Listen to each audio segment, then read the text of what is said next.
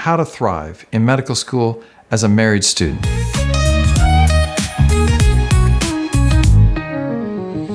Growing with your spouse is going to require you to prioritize the relationship. Hi, I'm Dr. Chad Brands, and in my career, spanning 3 decades, I've had amazing opportunities to work with and be surrounded by incredibly bright and wonderful medical students like yourselves. Some are married, and it's a privilege for us to walk along with you in this journey of medicine. Today, we're taking a second look at an important topic, an incredibly important subject, marriage and thriving in med school. So important, we're dedicating a second episode. Quick review. In part 1, we dove deep into 2 types of marriages in medicine and shared some key tips to help you set yourself up for success, individually and as a couple, even with the hectic and unpredictable lifestyles and schedules that come with being a medical professional. If you haven't seen it yet, check it out at the link to watch that video and then come back to this one. Here's the deal. A lot of these tips might seem pretty straightforward, but when you're in the grind of medical school, residency, or even a number of years into practice, your day-to-day life can run the risk of becoming so overscheduled and marginless that it might even seem overwhelming. Step back, keep perspective. With your coursework, patients, all the notes, the pre-authorizations for special procedures, the list goes on and on and on. It's easy to forget the small, but still important stuff.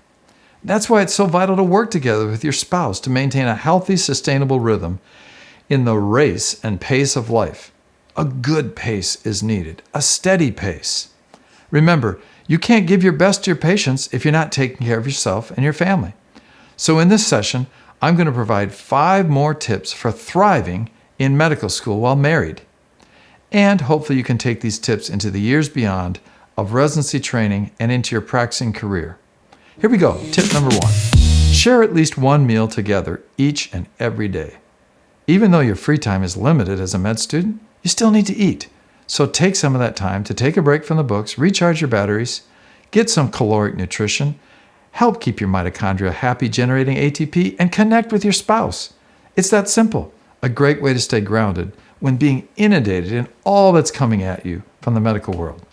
Some of you may have had the luxury to eat several meals today together, particularly if you're that medical student working alongside a fiance or spouse, maybe in the same class. Make the time. It's something you need to plan with a shared calendar, but make sure you keep that time sacred and honor your individual commitment. Don't skip those lunches. Plan to meet your working spouse for lunch. It's worth taking that extra hour you might otherwise spend in an unimportant club or interest group that in the rearview mirror probably isn't that important and is not going to help you invest in your relationship when your time comes at such a premium. And as someone who's been in the medical field for decades, I can tell you that interest clubs and professional organizations and commitments will come and go, especially as people move across the seasons of life and go to other practices or other residencies across the country. But your spouse, that's a constant. He or she's a constant, no matter where you're going to be working across the seasons of your career. So let's take a page from our friends in the surgical specialties, and let's call a giant surgical timeout before we operate. Stop the work, close the textbooks, put a moratorium on the medical talk, and just enjoy each other's company. If you're that dual medical couple, it's going to take some practice. So you say, Dr. Brands, well, what do we talk about? Medicine's all-consuming. Well, talk about the bigger picture, sure. Talk about that dream vacation as you think about getting away from medical school and the ecosystem that you're so enmeshed in locally. Follow a sports team together, anything but work. These are the connect points that you're going to need to lean on one another with throughout your career to maintain a healthy balance and to keep that perspective and that ever so delicate balance between work and life in medicine and the rest of your family. Most importantly, your family and your marriage. Tip number 2, practice healthy communication patterns. We all probably recognize that strong couples communicate frequently, but they also communicate effectively.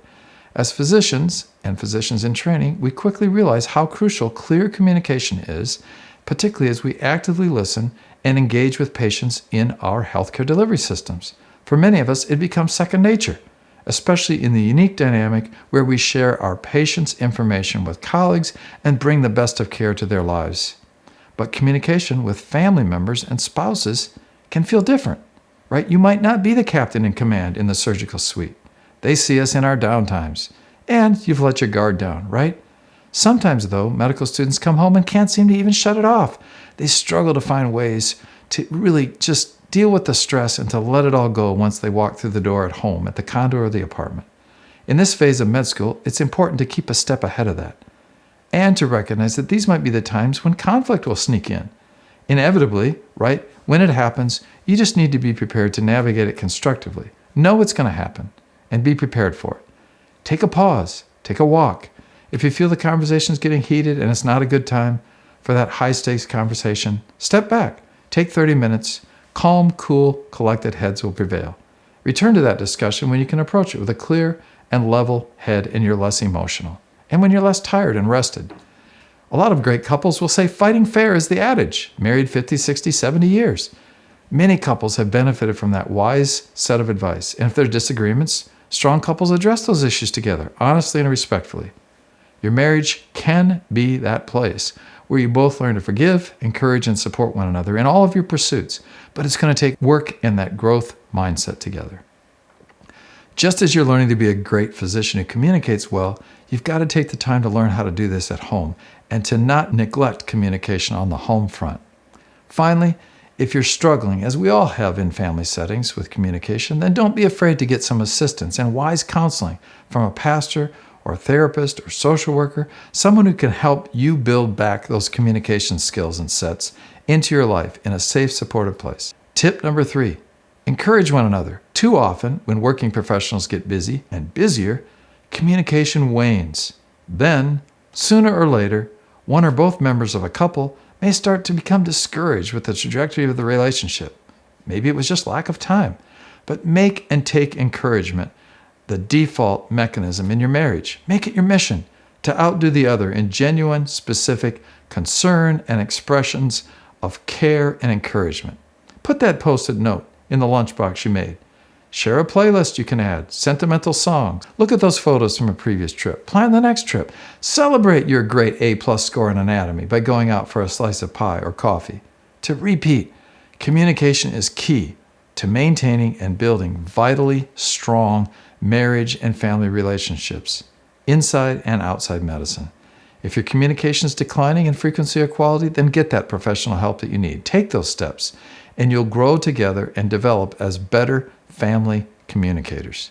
The investment you make today, whether it's spending time with mentor couples or seeking professional help or going to those professional seminars, is going to pay dividends in your marriage and family life as you make the investments today for the future. Number 4, recognize that peak demands of time and work, such as preparing for boards or those final exams, are going to stress and or stretch both members of the couple. These are times when additional work is required, when you might not really feel like doing it. That's when love is a commitment, right? The meal prep, the shopping for food, the taking care of the kids, the taking care of that parent who needs something when you least expected it. And that means you're also going to need reminders to sleep, continue to eat, and exercise. As the additional stresses and pressures mount, you need to step back and take a little bit of additional time to clear your mind and stay focused. It's important to think of your relationships and building that out as a team, where you've got open communication playing a key role in your mutual shared success.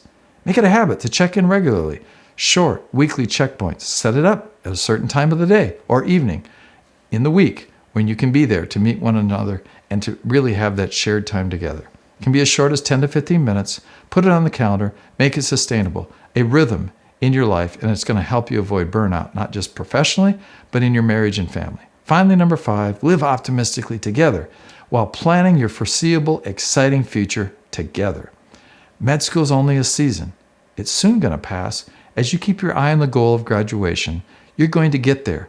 And it does not mean you need to practice delayed gratification forever. Enjoy each day. There's still going to be significant sacrifice, not just by you, the student, but also by spouses of medical students, residents, and practicing physicians. We all grow stronger through seasons of difficulty, challenge, and hardship. These are the times when you can lean in and embrace challenges and opportunities to grow stronger together, better together. Use some of your daily, weekly conversation time to not only plan out your vacations and breaks as a medical student, but also to start thinking ahead. What's the future going to hold, particularly as you think about being assigned for clinical assignments? Maybe your school uses a lottery. Talk to upperclassmen. Where would you like to be? Go visit those places. You need to proactively manage the ongoing challenging demands of your work and family to keep that balance that you're going to want to cultivate as you move through years 3 and 4 that'll have even more demands on your time in clinical training environments. Some of your vacation time now could probably be very well spent exploring some of those different community-based options where you might be assigned to your 3rd or 4th year clinical experiences. By implementing some of these practical tips from physicians who've not just survived, but have thrived and navigated medical school challenges while married, but doing both well together, med school and marriage. I'd love to hear from you. What strategies have helped you and your spouse stay connected during challenging times? Drop a comment below. If you found these tips helpful, please like, comment, share with a classmate who needs this information, and maybe that person will be helped as well. Don't forget to subscribe. Click that notification bell so you never miss an episode. This topic is so important that in a future episode, we're going to explore it from one unique angle, again, but this time featuring a special guest. You won't want to miss it. Until then, stay well, study well, and live well.